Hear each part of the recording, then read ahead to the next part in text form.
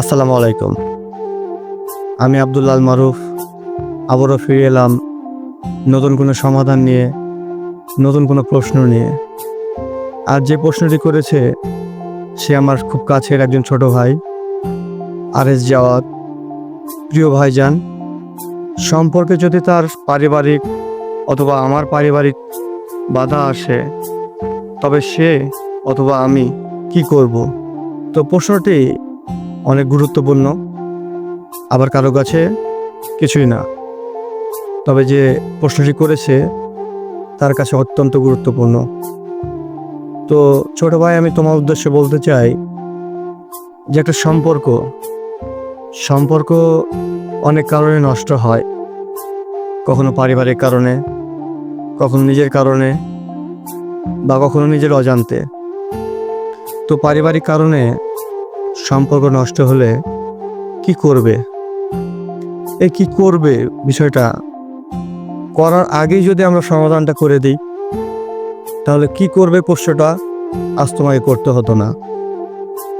যে বিষয়টা বলছি শোনো মন দিয়ে।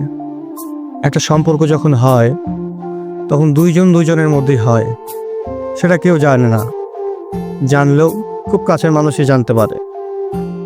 তো একটা সময় যখন পরিবার জানতে পারে, তখন কিন্তু তারা সহজে মেনে নেবে না, কোনো ফ্যামিলি মেনে নেবে না।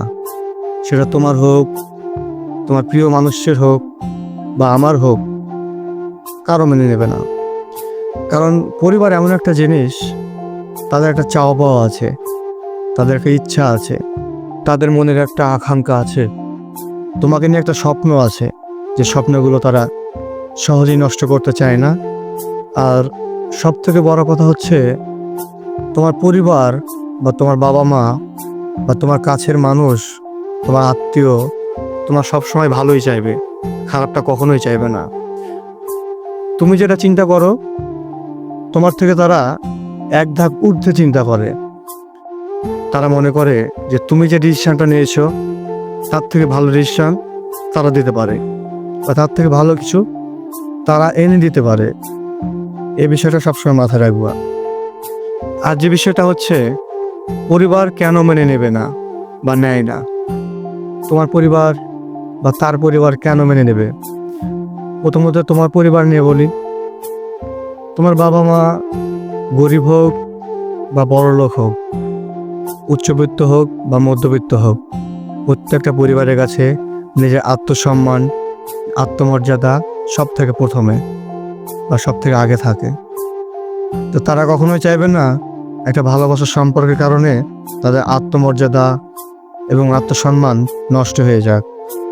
আর মেয়ের পরিবার নিয়ে বলি, একটা মেয়ের পরিবার কখনো চাইবে না কোনো বেকার ছেলের হাতে তার মেয়েকে তুলে দিতে। কেননা কোনো পরিবারই চায় না তার মেয়েটি কোনো পরিবারে যে অসুখে থাকুক। সে তো, তার পরিবার তো তোমাকে চেনে না, তো তোমাকে কিভাবে বিশ্বাস করবে? আর সব থেকে বড় কথা হচ্ছে, একটা পরিবারের মেয়েরা খুব আদরের হয়। আর আদরের মেয়েগুলোকে কার হাতে তুলে দেবে, কোন ছেলের হাতে তুলে দেবে, কোন পরিবারে দেবে, তারা খুব ভেবে চিন্তেই দেবে। তার মেয়ে যেটা চুজ করেছে সেটা তো খারাপ হতে পারে, তোমাকে কিন্তু যাচাই বাছাই করতে তারা যাবে না। কারণ তোমরা একটা সম্পর্ক করেছো, আর যে সম্পর্কটা হঠাৎ করেই হয়ে যেতে পারে। আর তারা যে সম্পর্কটা করবে, তারা অনেক ভেবে চিন্তে সম্বন্ধ দিয়ে সম্পর্কটা করবে। যে বিষয়টা হচ্ছে, এই কারণগুলোর কারণে পরিবার কখনো মেনে নেবে না। আর পরিবার তখনই মেনে নেবে যখন তুমি প্রতিষ্ঠিত হবা, নিজেকে যোগ্য করবা। কারণ একটা যোগ্য ছেলের হাতে সবসময় একটা বাবা মা তার মেয়েদের তুলে দিতে পারে কোনো চিন্তা ছাড়াই। আর তুমি একজন বেকার, তুমি কিছু করো না, তুমি স্টুডেন্ট, তোমার ভবিষ্যৎ তারা জানে না। তো একটা মেয়েকে এত সহজেই কি তোমার হাতে তুলে দেবে? দেবে না। জানি না তোমার সম্পর্কটি আছে কি নাই, তবে তোমাকে একটা কথা বলতে চাই, যদি সম্পর্কটি নষ্ট হয়ে যায় তবে চেষ্টা করো যদি ফিরে আসে। আর যদি চেষ্টা করে না হয়, তবে চেষ্টা ছেড়ে দাও, কারণ ওই সম্পর্কটি কখনো আর হবার না। আর যদি এরকম বাধা না আসে, নিজেকে যোগ্য করো, নিজেকে প্রতিষ্ঠিত করো। আর যখন তুমি নিজেকে যোগ্য করবা, তখন তার ফ্যামিলি তোমাকে নিয়ে ভাববে, তোমাকে নিয়ে একটু চিন্তা করবে তোমার হাতে তুলে দেওয়ার জন্য। আর হয়তো তার মেয়েকে তোমার হাতে তুলেও দিতে পারে। আর একটা ছেলের জীবনে সব থেকে বড় কি জানো? নিজেকে যোগ্য করে তোলা। তুমি যদি নিজেকে যোগ্য করতে পারো, তোমার প্রিয়জনের ফ্যামিলি, শুধু তাই না, আরো অন্যান্য ফ্যামিলি তোমার জন্য ভাববে যখন তুমি যোগ্য হবা।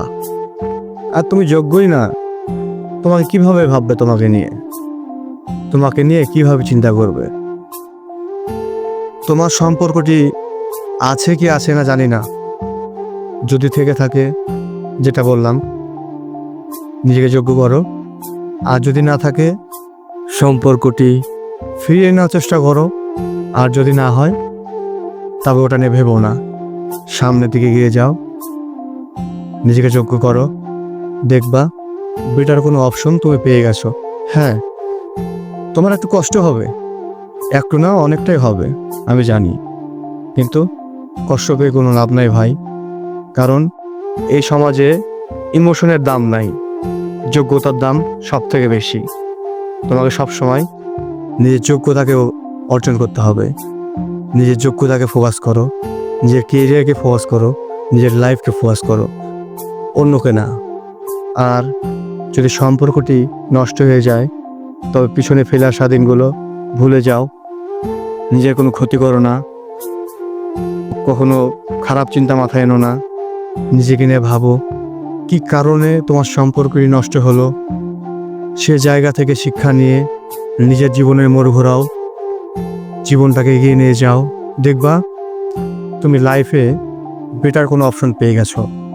তখন তুমি নিজের ভুল বুঝতে পারবা যে আল্লাহ নিশ্চয়ই তোমার এই দিনটার জন্যেই ওই ছোট্ট একটা সম্পর্ক তোমার জীবন থেকে নাই করে দিয়েছে। বুঝতে পেরেছ? তো এই বিষয়টা নিয়ে আরো অনেক কিছু বলা যায়।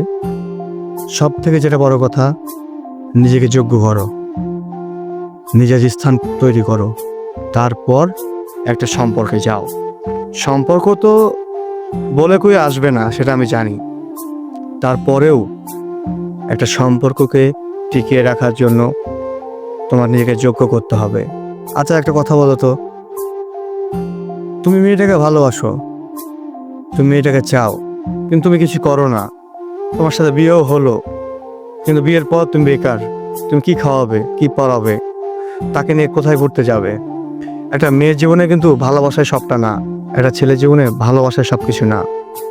তুমি একটা জায়গায় ঘুরতে গেলে সেখানে খরচ আছে, একটা প্রিয় মানুষকে গিফট দিতে হলে একটা খরচের বিষয় আছে। কোথা থেকে আসবে? তোমার তো একটা ইনকাম সোর্স লাগবে। হ্যাঁ, তোমাকে বড় কিছু হতে হবে না, তোমাকে যতটুকু প্রয়োজন ঠিক ততটুকুই হও, সমস্যা নেই। কিন্তু নিজেকে যোগ্য করো, সব থেকে বড় কথা। আর তোমার প্রশ্নটা নিয়ে আরও অনেক কিছু বলা যায়, বলে শেষ করা যাবে না, তো আর কিছু বলবো না। সব থেকে গুরুত্বপূর্ণ বিষয় যেটা, তুমি নিজেকে যোগ্য করে তোলো। দেখো তোমার জীবনটা অনেক সুন্দর হয়ে যাবে। তুমি কেমন আছো জানি না, যেখানে থাকো ভালো থাকো, সুস্থ থাকো, নিজের যত্ন নিও, সামনের দিনগুলোতে ফোকাস দাও। আশা করি তোমার জীবনটা সুন্দর হবে। তো আর একটা বিষয় বরাবর মতো বলছি, আপনাদের যাদের জীবনে সমস্যা আছে, সে সমস্যাগুলোকে কমেন্ট বক্সে লিখবেন। আমি পরবর্তী ভিডিওতে আপনার সমস্যা নিয়ে আসব, নতুন কোনো ভিডিও নিয়ে। ততক্ষণে আপনারা ভালো থাকবেন, সুস্থ থাকবেন। আল্লাহ হাফেজ, আসসালামু আলাইকুম।